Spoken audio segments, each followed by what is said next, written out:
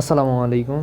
আলহামদুলিল্লাহ, আল্লাহর অশেষ রহমতে আমার ভুট্টা খেতে অসাধারণ ফলন হয়েছিল।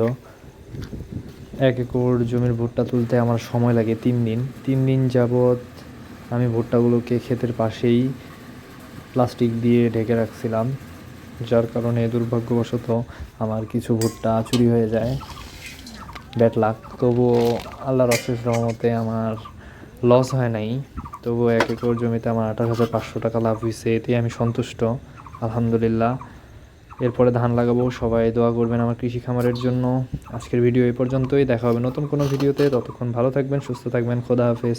আসসালামু আলাইকুম।